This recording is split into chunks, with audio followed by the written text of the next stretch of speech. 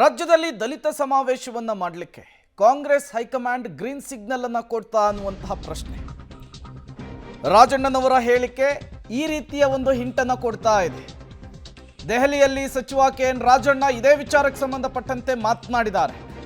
ಚಿತ್ರದುರ್ಗ, ದಾವಣಗೆರೆ, ಹುಬ್ಬಳ್ಳಿ ಅಥವಾ ಬೆಂಗಳೂರಿನಲ್ಲಿ ಸಮಾವೇಶಕ್ಕೆ ಪ್ಲಾನ್ ಆಗಿದೆಯಂತೆ. ಹೈಕಮಾಂಡ್ ನಾಯಕರನ್ನು ಕೂಡ ಸಮಾವೇಶಕ್ಕೆ ಕರೆಸಲು ಪ್ಲಾನ್ ಅನ್ನು ಮಾಡಿಕೊಂಡಿದ್ದಾರಂತೆ.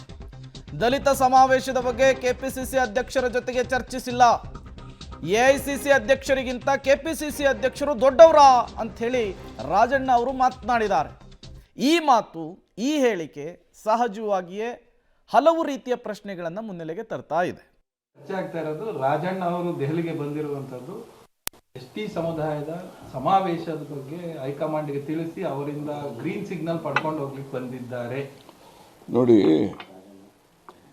ಎಸ್ಟಿ ಸಮುದಾಯ ಅಂತೇಳಿ ನಾವು ಸಂಕುಚಿತವಾಗಿ ಹೋಗ್ತಕ್ಕಂಥದ್ದು ಸರಿಯಾದಲ್ಲ. ನಾನೇನು ಬರೀ ಎಸ್ಟಿ ಹೋಟೆಲ್ ಗೆದ್ದಿಲ್ಲ.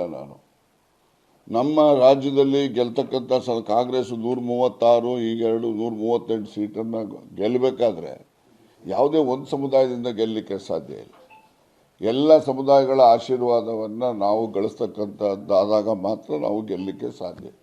ಈಗಲೂ ಕೂಡ ಎಸ್ ಟಿ ಅಂತಲ್ಲ, ಎಸ್ ಸಿ ಅಂತಲ್ಲ, ಅಥವಾ ಹಿಂದುಳಿದವರು ಅಂತಲ್ಲ, ಕಾಂಗ್ರೆಸ್ಸಿಗೆ ಯಾವ ಸಮಾವೇಶ ಮಾಡಿದ್ರೆ ಹೆಚ್ಚು ಶಕ್ತಿ ಬರ್ತದೆ, ಜನರ ಬೆಂಬಲ ದೊರಕುತ್ತೆ, ಆ ರೀತಿಯ ಸಮಾವೇಶವನ್ನು ಪಕ್ಷದ ಹಿತದೃಷ್ಟಿಯಿಂದ ನಡೆಸ್ತಕ್ಕಂಥದ್ದು ಅಗತ್ಯ ಇದ್ದೇ ಇದೆ.